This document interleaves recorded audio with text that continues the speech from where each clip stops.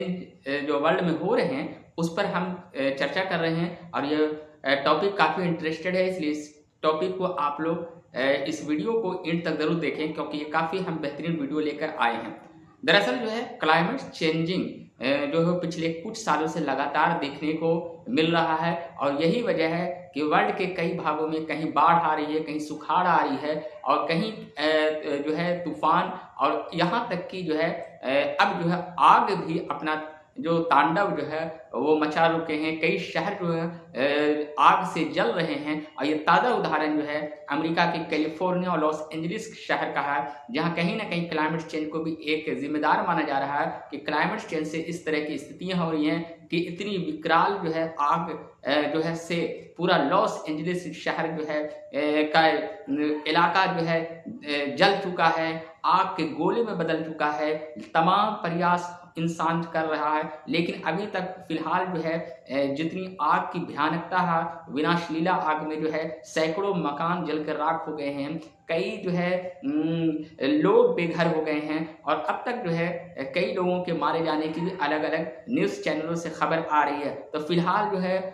America की जो आग है पूरे वर्ल्ड के लिए एक तरह का सवालिया निशान कर दिया है कि इतनी भयानक आग अमेरिका के इतिहास में अब तक नहीं देखी गई थी। जंगल से उठी आग पूरे लॉस एंजलिस को, हॉलीवुड के कई फिल्मी सितारों के घर को राख कर दिया, अरबों डॉलर रुपया नुकसान हुए हैं, अब भारी तबाही हुई है। अब फिलहाल आग की लपटें से पूरा लॉस एंजलिस शहर जल रहा है। तो कहीं ना कहीं हम कह सकते हैं कि ये तमाम चीज़ें जो हैं ये संकेत दे रहा है ग्लोबल वार्मिंग का, क्लाइमेट चेंज का उन तमाम लोगों के लिए, उन तमाम देश के अलग अलग नेताओं के लिए, उन तमाम संगठनों के लिए जो पर्यावरण से रिलेटेड संगठन तो है, सम्मेलन करते हैं, बड़े बड़े राष्ट्र अध्यक्ष वहाँ जमा होते हैं, पर वो जो है पॉजिटिव एक्शन नहीं लेते हैं या उतना नहीं लेते हैं जितना लेने की कोशिश की जाती है। तो अगर इस तरह से आगे चलकर क्लाइमेट चेंज पर अगर सतर्कता नहीं रखी गई, गंभीरता नहीं लाया गया और कोई ठोस कदम अलग अलग देश, चाहे वो विकसित देश के लिए ज़्यादा इसकी जिम्मेदारी तो है ही, विकासशील देश भी इसके लिए दोष है किस तरह से पर्यावरण के साथ छेड़छाड़ कर रहे हैं। तो अगर ऐसा काम नहीं करते हैं तो आने वाले समय में सुखाड़, बाढ़ और पिछले साल जो है 2024 में जिस तरह से इंडिया में टेम्परेचर काफ़ी ज़्यादा बढ़ गई, काफ़ी ज़्यादा गर्मी महसूस की गई, तो आने वाले समय में ये गंभीर संकेत है उन तमाम देशों के लिए। तो कहने का मतलब है कि क्लाइमेट चेंज जो है लगातार हो रहे हैं और क्लाइमेट चेंज की अगर हम चर्चा करें तो 20वीं शताब्दी में ये टर्म की शुरुआत हुई थी। खासकर अगर हम देखें तो 1960-70 में, जी हाँ 1960 और 1970 में सबसे पहले क्लाइमेट टर्म की इस्तेमाल हुआ और वर्ल्ड के कई अलग अलग जगहों पर जब 80-90 का दशक आया तो कई जगहों पर अलग अलग जो है प्राकृतिक घटनाएं जब हुई और फिलहाल कुछ सालों से अप्रत्याशित प्राकृतिक घटनाएं जो हो रही है, अचानक कहीं बाढ़ आ जा रही है, अचानक कहीं सुखाड़ हो रहा है और अचानक जो है कहीं भूकंप आ रहे हैं, अर्थक्वेक लगातार आ रहे हैं कई जगहों पर। इसके अलावा जो है पर्यावरण प्रदूषण का जो स्तर लगातार बढ़ रहा है, उससे जो है क्लाइमेट जो चेंज हो रहे हैं, जो मौसमी जो तापमान है उसमें अचानक अप्रत्याशित उतार चढ़ाव हो रहे हैं। कहीं बहुत ज़्यादा ठंड हो रही है, कहीं बहुत ज़्यादा बर्फबाजी हो रही है, बर्फ़ गिर रहे हैं, कहीं रिकॉर्ड ठंड दर्ज किए जा रहे हैं तो कहीं रिकॉर्ड गर्मी दर्ज की जा रही है। जी हाँ, 2024 में पिछले साल इंडिया में रिकॉर्ड गर्मी दर्ज की गई। ऐसी गर्मी जो राजस्थान के कई जगहों से लेकर दिल्ली और बिहार तक में जो है गर्मी का तांडव इतना ज़बरदस्त हुआ कि कई लोग जो है लू से और गर्मियों से कई लोगों की जानें जा चुकी। और इसी के अलावा अगर हम क्लाइमेट चेंज की अगर हम बात करें तो पिछले बार जो है दुबई में जो है अचानक बाढ़ आई और अभी जो है फिलहाल जो है सऊदी अरब के मक्का समेत जो मुसलमानों का सबसे पवित्र शहर है, सऊदी अरब में भयानक बाढ़ आई, काफ़ी बारिश हुई, मूसलाधार हुई और उसके लिए भी लोग जो है क्लाइमेट चेंज को जिम्मेदार मान रहे हैं। जी हाँ, अभी हाल ही में जो सऊदी अरब में जो बाढ़ आई है उसके लिए भी क्लाइमेट चेंज को जिम्मेदार मान रहे हैं। वजह यह है कि वो क्षेत्र रेगिस्तान है, रेगिस्तान के क्षेत्र में पानी की किल्लत हमेशा रही, हमेशा वहाँ पानी नहीं रहा। वो जो है सिर्फ जो है स्पेशली जो है तेल के वजह से वो इलाका हमेशा मशहूर है, बड़ा देश है। लेकिन पिछले कुछ सालों से अचानक बाढ़, इतनी मूसलाधार बारिश और इतना ही हो गया कि यहाँ तक कि सऊदी अरब के कई शहर में गाड़ियाँ जो है वो नाव के तरह डूबने लगी। जी हाँ, एक खौफनाक विकराल रूप हुआ और मूसलाधार बारिश एक रेगिस्तानी क्षेत्र में ऐसे हो और पूरे जगह बाढ़ से डूब जाए तो कहीं ना कहीं जो है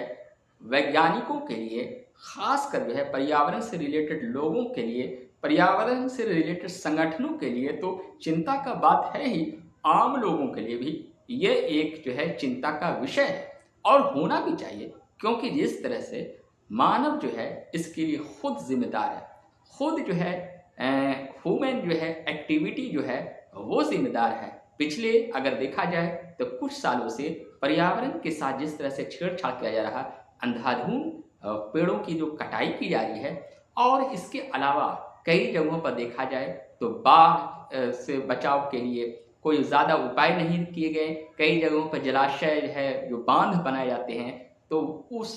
बांध को या तो जो है उसे जो है आसपास पेड़ पौधे नहीं लगाए गए। तो कहीं ना कहीं इन तमाम रीज़न, इसके अलावा जो है क्लाउड सीडिंग का जो इस्तेमाल हो रहा है आजकल, तो वो भी अनएक्सपेक्टेड ढंग से ऐसा माना जा रहा है, लोगों को यह भी कहा जा रहा है कि जिस क्षेत्र पर सही से अध्ययन नहीं किया गया कि आगे चल के इसका क्या दीर्घकालीन इसके क्या परिणाम हो सकते हैं, क्या इसके रिजल्ट आ सकते हैं। क्लाउड सीडिंग उस एरिया में किया भी जाए जहां 2-3 दिनों में बारिश की संभावना है, तो ऐसी गलतफहमी की वजह से जब क्लाउड सीडिंग की जाती है, खासकर कृत्रिम जो बारिश की जाती है, तो उससे भी बाढ़ अचानक आती है। और पिछले साल जो है दुबई में जो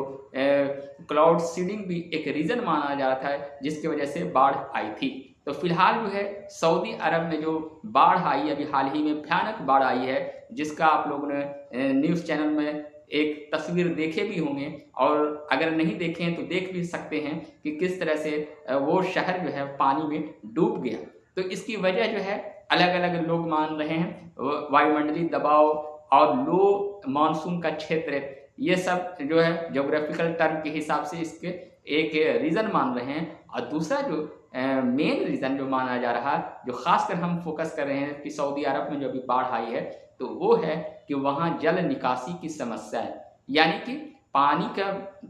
बाहर जो है जल निकासी के लिए वाटर प्रबंधन जो है वो सही तरीके का वहाँ नहीं है, जिसकी वजह से अचानक अगर बहुत तेज़ बारिश हो जाती है तो जल जमाव बहुत ज़्यादा हो जाता है। उससे शहर में एक तरह का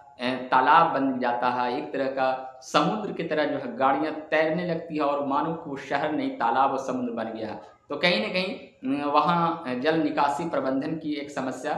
बताई जा रही है। पर देखा जाए कि वो रेगिस्तान इलाका जहाँ पानी बहुत कम पड़ रहा, अचानक जो है इतना भारी बारिश होगी तो ऐसे में तो बाढ़ की समस्या आ ही सकती है। तो कहीं ना कहीं इसके लिए सीधा हम कह सकते हैं कि क्लाइमेट चेंज ही एक बड़ा रीज़न है, जो उस क्षेत्र में लगातार जहाँ पर बारिश नहीं होती है वहाँ पर अचानक इतना तेज़ गति से इतना दिन तक बारिश जो हो रही है, तो उसके लिए क्लाइमेट चेंज एक जिम्मेदार माना जा रहा है। तो कहने का मतलब है कि एक तरफ अमेरिका में